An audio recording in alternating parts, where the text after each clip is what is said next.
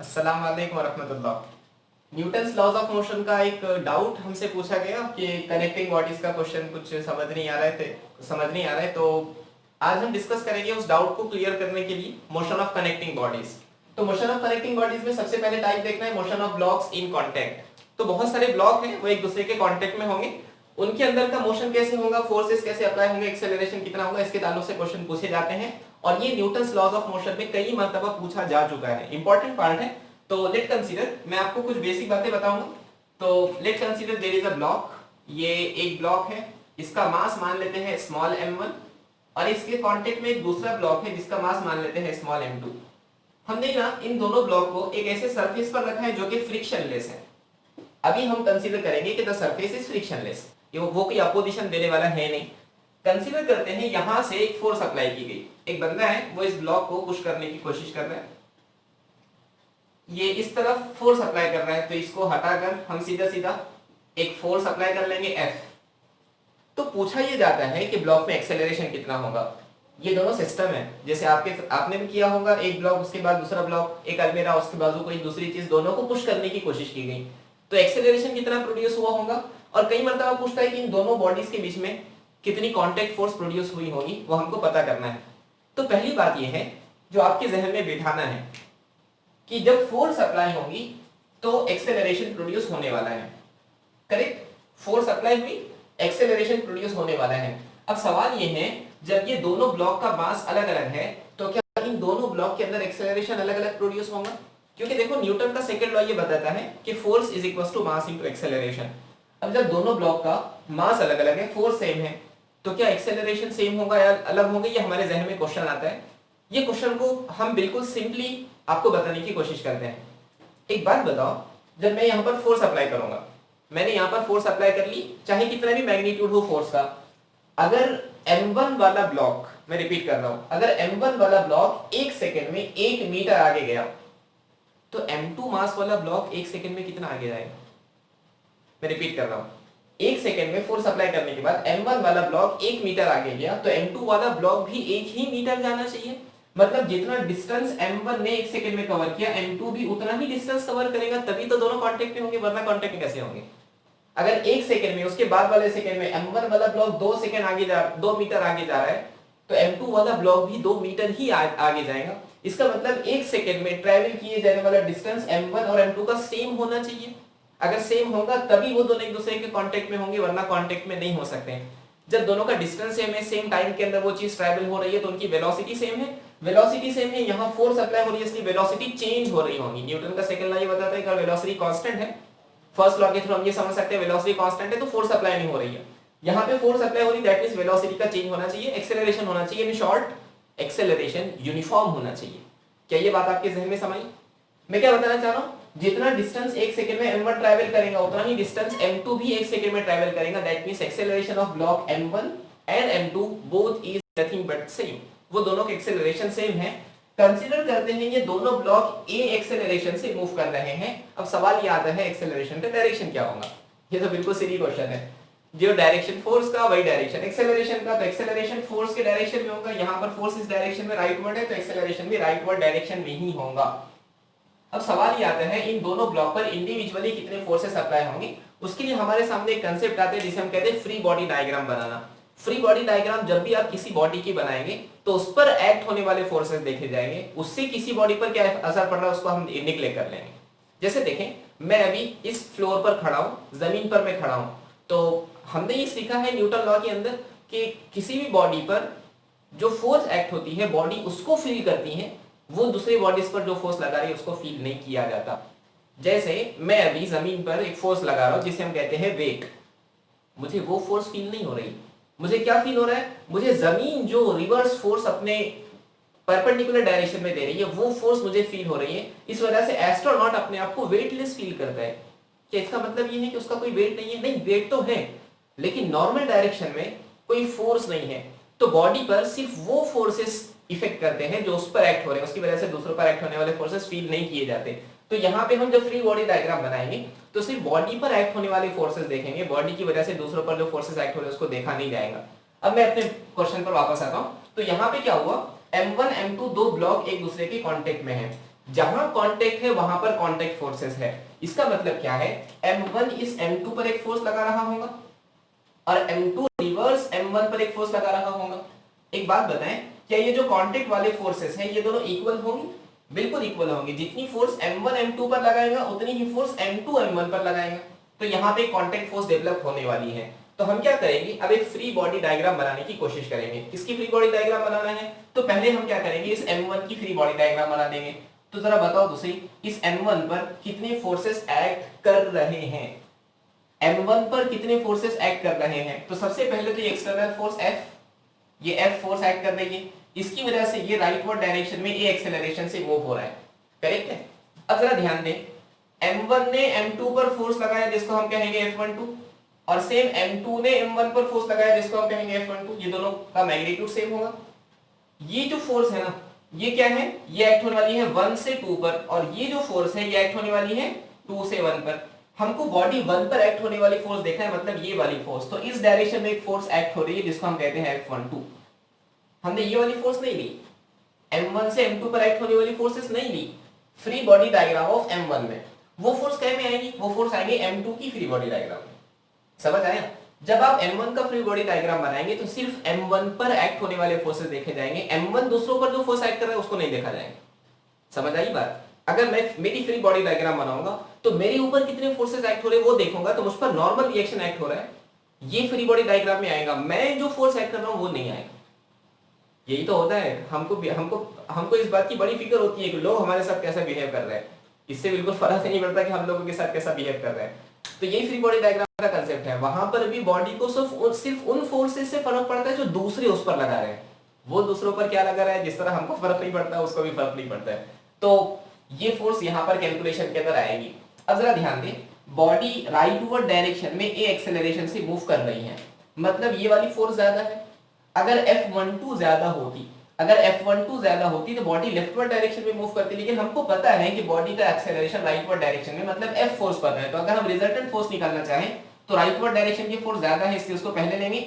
Minus F12 will be equals to mass into acceleration. Mass कितना है, m1 into a, उसका acceleration हुआ। Correct? ये इक्वेशन हमको याद रखना है, इसको हम नाम देंगे इक्वेशन नंबर 1। अब मुझे फ्री बॉडी डायग्राम बनाना है इस बॉडी की, जिसको हमने नाम दिया है m2। ये मान लो m2, ये भी सरफेस पर रखा है। इस पर कितने फोर्सेस एक्ट कर रहे हैं? m2 पर क्या F एक्ट हो रही है? नहीं, वो तो m1 पर एक्ट हो रही है। अलबत्ता m1 से एक फोर्स, जो इस तरफ के एरो को हमने डिनोट किया है, ये वाली फोर्स अभी m2 पर एक्ट हो रही है। तो m2 पर एक्ट होने वाली फोर्स एक ये बता दी F12। और कोई फोर्स है? और कोई भी फोर्स नहीं है जो m2 पर एक्ट कर रही हो, क्योंकि सरफेस फ्रिक्शनलेस है तो यहां से अपोजिट डायरेक्शन में कोई फोर्स आने वाला नहीं है। तो हम यहाँ पे फोर्स की इक्वेशन न्यूटन के लॉ के थ्रू ये लिख सकते हैं। फोर्स, कितनी फोर्स है यहाँ पे? फोर्स है F12 इज इक्वल्स टू मास कितना है m2 और एक्सेलरेशन a। इसका एक्सेलरेशन भी राइटवर्ड डायरेक्शन में होगा। ओके, अब देखो सवाल ये आता है, हमको ये a एक्सेलरेशन पता करने की कोशिश करना होता है। ये एक्सेलरेशन तो बिल्कुल आसानी से हम पता कर सकते हैं। कैसे पता करेंगे? पूरे सिस्टम का मास, पूरे सिस्टम पर एक्ट होने वाली फोर्स कितनी F, पूरे सिस्टम का मास कितना m1 plus m2, और पूरे सिस्टम का एक्सेलरेशन कितना a। That means acceleration is equals to f upon m1 plus m2। This will be the formula for acceleration. इसको हम किसी और तरीके से भी प्रूफ करने की कोशिश करते हैं।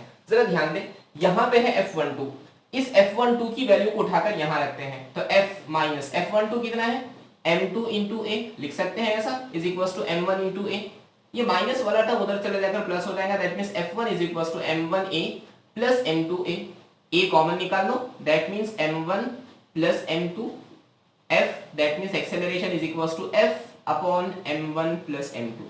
ये दोनों फॉर्मूले सेम है, जिसको याद रखना चाहे वो याद रख सकते हैं।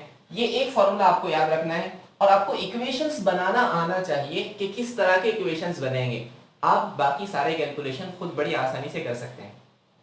तो ये सबसे पहला, सबसे आसान, सबसे सिंपल कांसेप्ट था मोशन इन कनेक्टिंग बॉडीज में। हमने क्या किया, दो सिंपल बॉडीज को एक दूसरे के साथ लेकर आया है।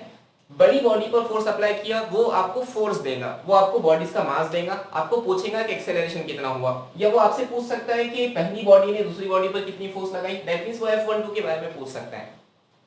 लेकिन हमेशा ऐसा होना जरूरी है क्या? अच्छा सर, अगर क्या हो हमने फोर्स इस तरफ से अप्लाई करने के बजाय इस तरफ से अप्लाई की, चलो देख लेते हैं क्या होगा। सो हम इस क्वेश्चन को रिवर्स कर रहे हैं।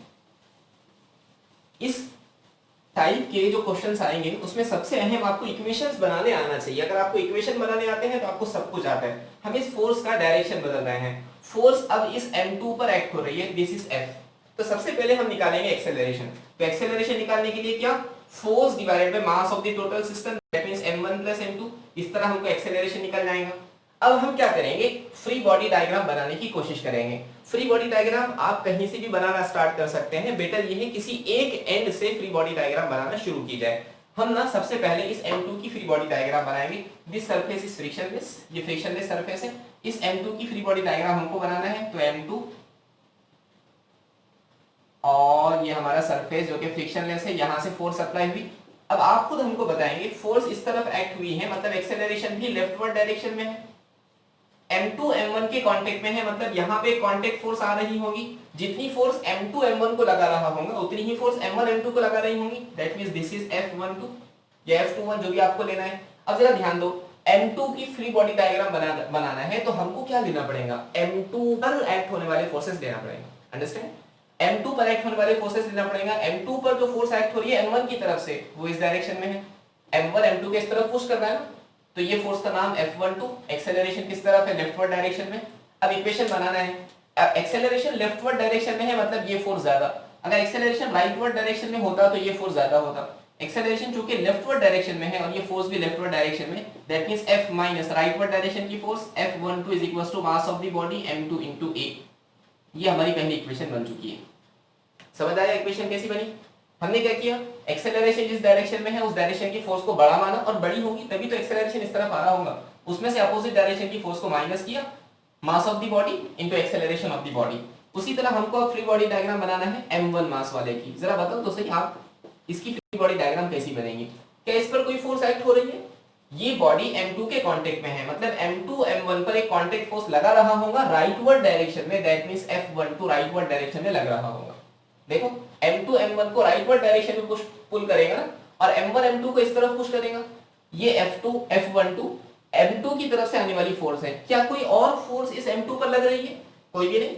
इसका एक्सेलरेशन भी लेफ्टवर्ड डायरेक्शन में। एक्सेलरेशन अगर हम फोर्स की इक्वेशन निकले तो force is equals to mass of the body into acceleration of the body. ये दोनों इक्वेशन आपके पास तैयार। इस तरह कोई भी क्वेश्चन सॉल्व कर सकते हैं अगर कनेक्टिंग बॉडीज का हो तो। सर क्या हमेशा दो ही बॉडी रहना जरूरी है, अगर तीन बॉडीज आ गए तो हम क्या करेंगे। चलो देख लेते हैं, तीन बॉडी का अगर सिस्टम हो तब क्या होगा। कुछ भी चेंज नहीं है, सिर्फ एक चीज का हमको ध्यान रखना है कि वहां पे कांटेक्ट फोर्स थोड़े से ज्यादा हो जाएंगे। So let consider an example, A block, एक थोड़ा सा बड़ा ब्लॉक है, इसका मास मान लेते हैं m1। एक दूसरा ब्लॉक है जिसका मास मान लेते हैं m2, और यहाँ एक तीसरा ब्लॉक है जिसका मास मान लेते हैं m3। ये तीनों भी एक सरफेस के ऊपर रखे हैं। ये सरफेस फ्रिक्शनलेस है। फोर्स कहां से लगाना है, पहले फोर्स m1 पे लगा देते हैं। तो m1 पर F क्वांटिटी की फोर्स लगाई गई। सबसे पहला काम एक्सेलरेशन कैलकुलेट करना। यहाँ भी एक्सेलरेशन उतना ही होगा, पूरा सिस्टम वैसे ही है। तो एक्सेलरेशन कैलकुलेट करने के लिए total force divided by mass of the system, that means m1 plus m2 plus m3 will be the value of total acceleration. इतना सिस्टम में एक्सेलरेशन आया होगा। किस डायरेक्शन में आया होगा, जिस डायरेक्शन में फोर्स है। तो फोर्स का डायरेक्शन किस तरफ है, राइटवर्ड डायरेक्शन में है, तो एक्सेलरेशन भी राइटवर्ड डायरेक्शन में आया होगा। अब क्या करना है, अब करना ये है फ्री बॉडी डायग्राम्स बनाना है। तो सबसे पहले हम फ्री बॉडी डायग्राम बनाएंगे इस मास की जिसको हमने नाम दिया है m1। m1 की फ्री बॉडी डायग्राम, ये m1 सरफेस के ऊपर रेस्ट कर रहा है। m1 पे कौन से फोर्सेस एक्ट कर रहे हैं, तो m1 पे सबसे पहले इस तरफ से फोर्स एक्ट हो रही है F, ये लेफ्टवर्ड डायरेक्शन में एक्सेलरेशन से मूव हो रहा है। m1 m2 के कांटेक्ट में है, m1 m2 के कांटेक्ट में है, इसलिए m2 m1 पर अपोजिट डायरेक्शन में फोर्स देगा। इसको हम नाम देंगे F12। m1 m2 के कांटेक्ट में है तो यहाँ पर कांटेक्ट फोर्सेस डेवलप होंगे।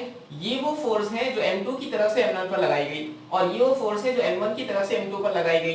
अभी हम फ्री बॉडी डायग्राम बना रहे हैं m1 की, तो ये फोर्स हमारी इफेक्ट में आएंगे। ये फोर्स बना दिए। इक्वेशन बनाना है। इक्वेशन बनाने में हम देखेंगे डायरेक्शन ऑफ एक्सेलरेशन। एक्सेलरेशन चूंकि राइटवर्ड डायरेक्शन में है, इसका मतलब ये वाली फोर्स ज्यादा है, तो F minus F12 is equal to mass of the body into acceleration of the system. Okay, अब बात आती है m2 की फ्री बॉडी डायग्राम की। तो चलो m2, so this is the m2, ये हमारे सरफेस पर रखा गया है।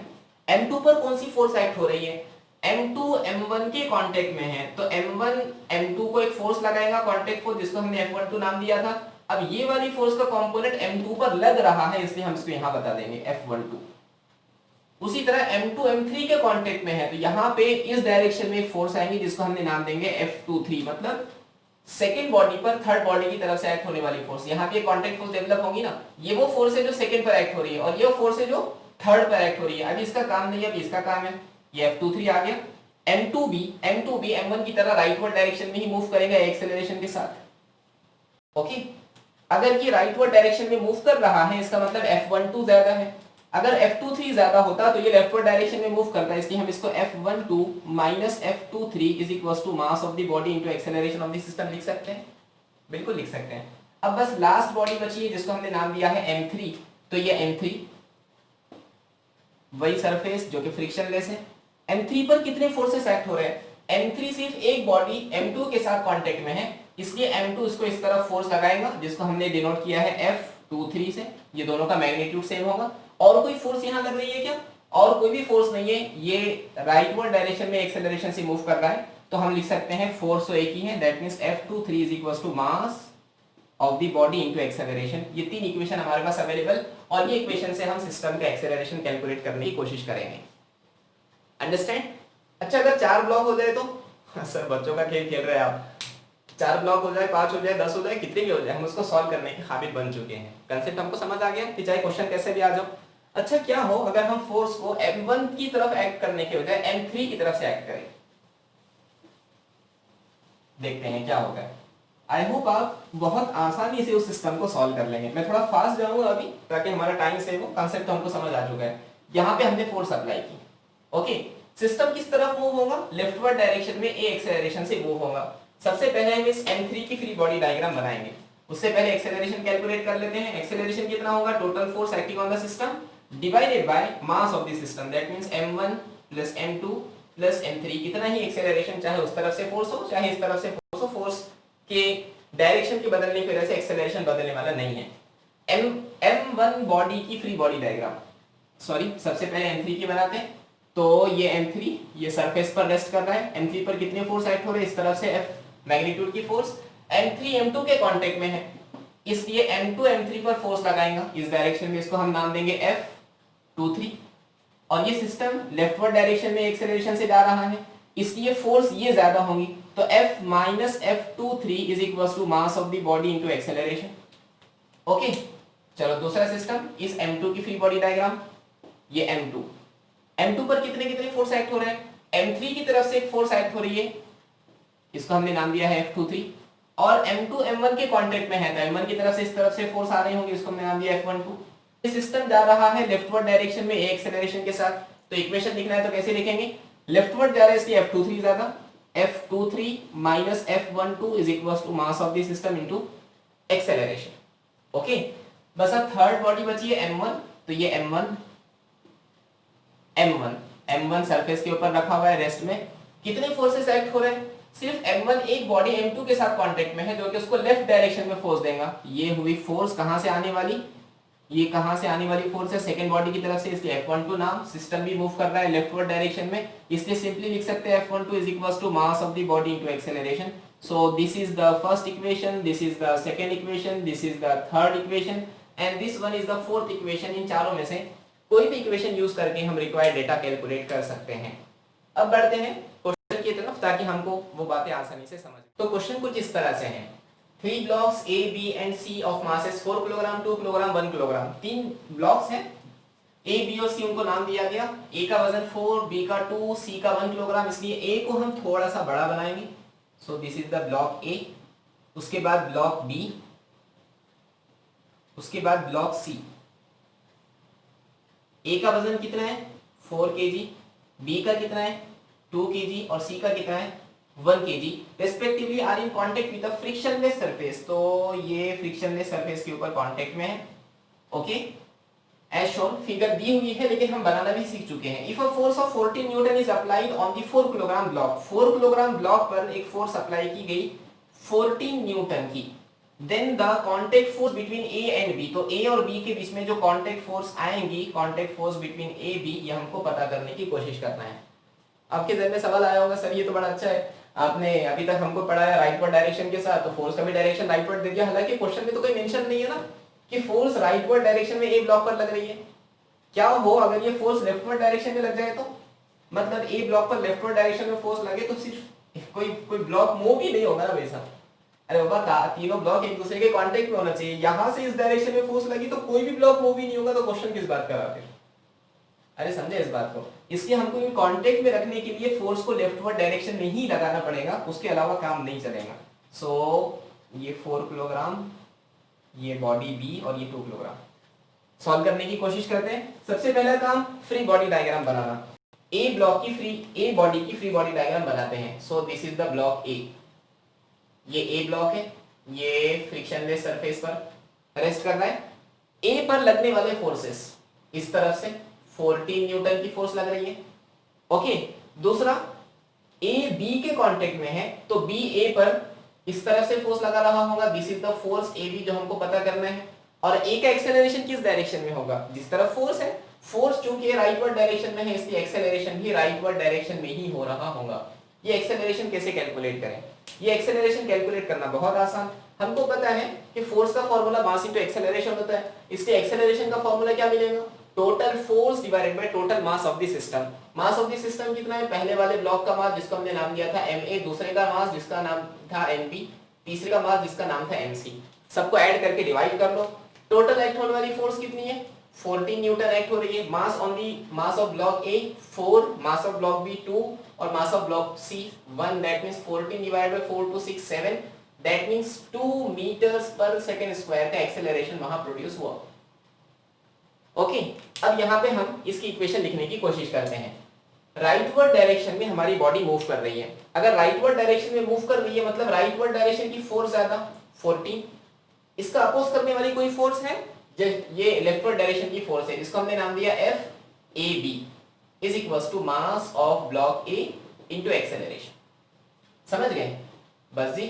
सो 14 minus F A B is equals to, A का मास कितना है, ए का मास है 4 किलोग्राम तो 4 लिख लो, और एक्सेलरेशन कितना है, एक्सेलरेशन 2 आ चुका है, इसलिए 14 minus F A B is equals to 4 2 जा 8, ये एफ ए बी इधर आकर प्लस हो जाएगा। सो एफ ए बी, ये प्लस वाला 8 उधर जाकर माइनस हो जाएगा, दैट मींस 14 माइनस 8, इसलिए F A B is equals to 14 minus 8 कितना होता है, 6 newton will be the contact force between F A B. A और बी के बीच में कांटेक्ट फोर्स कितनी आएगी, 6 न्यूटन की कांटेक्ट फोर्स वहां पर आने वाली है।